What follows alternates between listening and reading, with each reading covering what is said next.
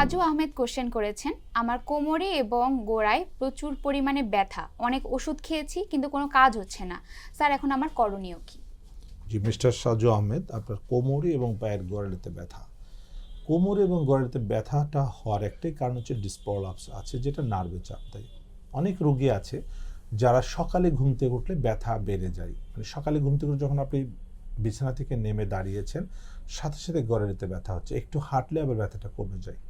এই রোগীদের যেটা হয়, কিছুক্ষণ চেয়ারে বসে আছেন ভালো, একটু হাঁটলে যে উঠে দাঁড়াচ্ছেন একটু হাঁটলে ব্যথাটা বেড়ে যাচ্ছে, একটু হাঁটলে আবার ব্যথা কমে যাচ্ছে।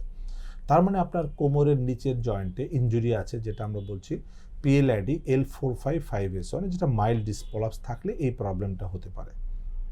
সেক্ষেত্রে আপনার করণীয় হচ্ছে এখানে রিহ্যাব ফিজিওথেরাপি করতে হবে। আপনি অবশ্যই একজন রিহ্যাব ফিজিওথেরাপি স্পেশালিস্টের শরণাপন্ন হবেন এবং এটা ফিজিওথেরাপির মাধ্যমে এটা সম্পূর্ণরূপে সুস্থ করা সম্ভব। আপনার মাসেলকে বিল্ড আপ করতে হবে, কারণ মাসেল যদি উইক হয়ে যায় সেক্ষেত্রে বারবার ডিস্টার্ব করবে। হয়তো কেউ ইনজেকশন দিতে চাবে, ইনজেকশন দিলে আপনি 15 দিন 1 মাস ভালো থাকবেন, পেন কিলারকে কিছুদিন ভালো থাকবে, কিন্তু আস্তে আস্তে কিন্তু এই ডিসপ্রলাপসটা বেড়ে যাবে। এরকম অনেক রোগী আমরা পেয়েছি যারা এই হাঁটু ব্যথা, গোড়ালি ব্যথার জন্য ইনজেকশন দিয়েছে 1টা 2টা 3টা 4টা, কিন্তু ভালো হয়নি। পরবর্তীতে এটা আস্তে আস্তে আরও খারাপ হয়ে যাচ্ছে। এটা দিন দিন রোগী আরও খারাপের দিকে চলে যেতে পারে, যে কারণে আমরা বলছি দ্রুত আপনাকে ফিজিওথেরাপি, রিহ্যাব ফিজিওথেরাপির মাধ্যমে এটাকে সম্পূর্ণ সুস্থ করা সম্ভব। ধন্যবাদ আপনাকে। এসপি হাসপাতাল, আন্তর্জাতিক মানের পূর্ণাঙ্গ ব্যথা নিরাময় হাসপাতাল।